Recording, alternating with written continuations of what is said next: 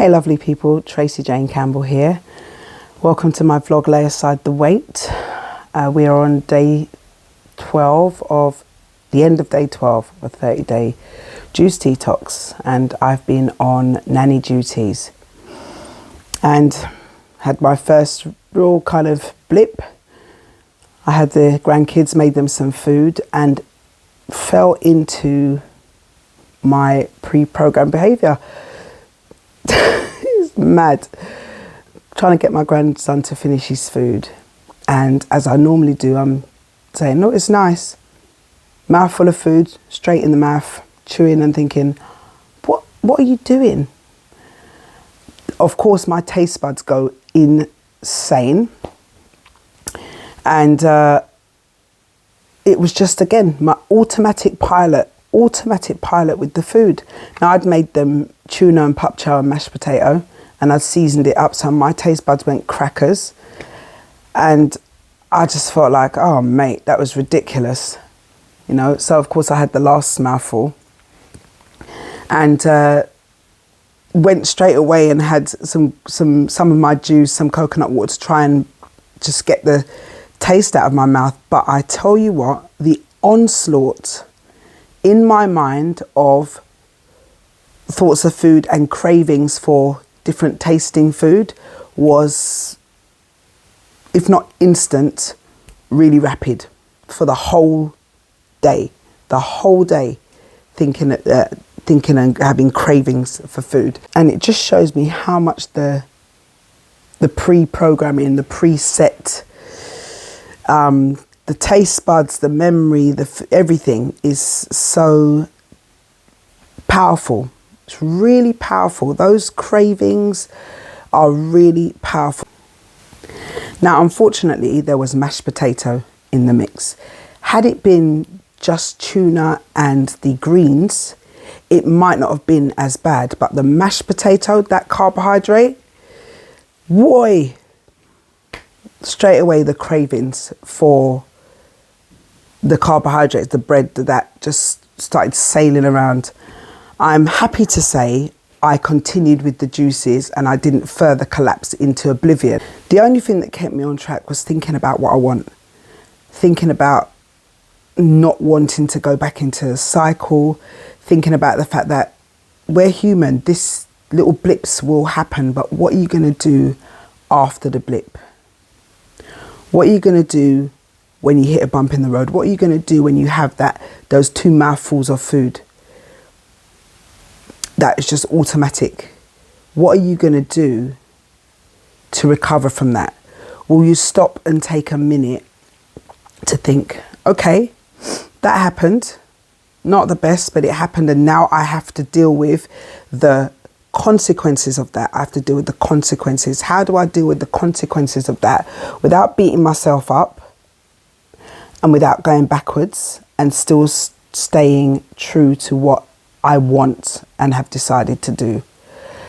And my answer was to glug down a whole heap of juice and coconut water and drink lots of water and just keep saying to myself, no, you're doing this, it's okay, it's all right, that was a little blip on the radar, it has no bearing on what you're doing going forward. So that was me, day 12, and so I kind of said, let me do this so I show up every day. It's so easy. And listen, just because we have blips doesn't mean we shouldn't continue on. Acknowledge the blip, acknowledge where habitual practices crop up. Say, all right, think about what you will do next time in that situation. I have to be more conscious of stuff like that. Grandkids around, cooking food. Cooking the food was not an issue. Cooking, preparing, no problem. But that feeding him and trying to get him to eat that piece of food, that is something I do often. And that getting him to eat, that's one of the ways I convince him to finish his food or eat some more food. That's kind of part of the program. I'm in the habit of doing that. So next time that situation arises, as it will, being more conscious of that, being more conscious of the habit I have, you know, even like finishing the kids' leftovers, stuff like that. Being more conscious, that helps me for the next time I face that situation. So it's not a massive deal, but it is still something, because today was a harder day. Today I had to deal with things I haven't been having to deal with like that, apart from that chewing gum time. See, again, habits.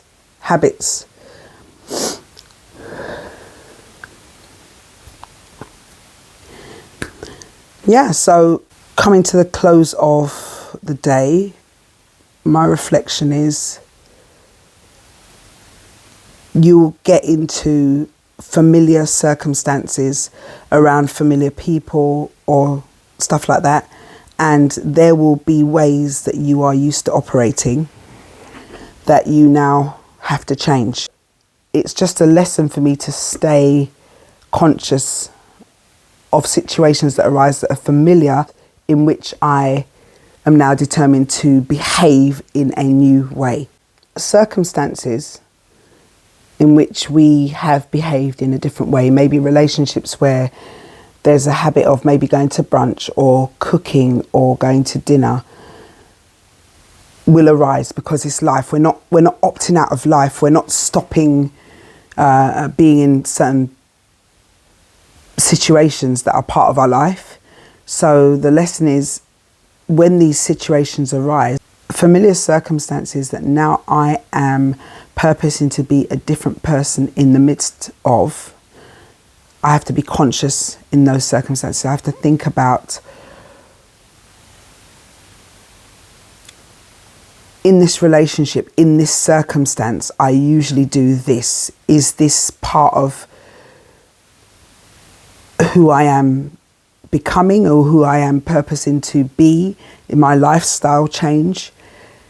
How do I now respond as this new person? How do I respond to this circumstance with this new mindset or new determination, new decision, new plan?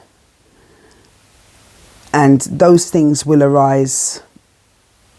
We're living, those things will come, they will come. And if, like me, you hit a circumstance like that, you act in a familiar way, and it's not in line with what you have chosen to do or the changes you've chosen to make, don't let it hinder you. Don't let it become a wall or an excuse or a reason to start doubting the choice or doubting yourself, or a reason to start berating yourself. Don't let that situation become that. Let it be a learning tool. That's what it is for me. It's a learning tool. So I know I can cook the food and all of that. I don't have any issue, but I have to be mindful that I don't mindlessly go into the habit or do that last bit of the last spoonful of food, or eat that spoonful of food tempted. I have to find another way to encourage my grandson to return to his plate of food. That's my lesson for today. Don't eat the grandchildren's food, as a way to show them how nice it is. You've got to cut that out. That's not going to work anymore, because mashed potato, I swear, when it landed in my stomach, I could feel it, because I'm in liquid only phase. So when it landed in my stomach, it was very clearly there's something in the stomach. And it was a small bit of food. Let's get it clear. It wasn't a large amount of food, but it was enough to make me feel like, oh, my taste buds start firing off, to make my brain start making, oh, food, pasta, whatever. It was enough to do that. And it was only, and I think, as it always is, it's our determination, it's our desire and discipline. The discipline wasn't even a thought, because it was not an act of what should I say? It wasn't an act of forethought. There was no forethought that went into it. And so I have to have forethought in familiar circumstances. That's it. So I hope you are doing well, day 12. And that you continue, that if you have any blips on the road, that they won't deter you. If you have a bad moment, if you have a bad afternoon, if you have a whole bad day, I really hope that it won't deter you from saying, okay, let's go. We continue. That's that. Don't let it stop you. All right, so day 12, we are following the Reboot with Joe detox book. The link to that book always below the video. I will see you tomorrow to check in on day 13. Still going, still keeping on. All right, laters.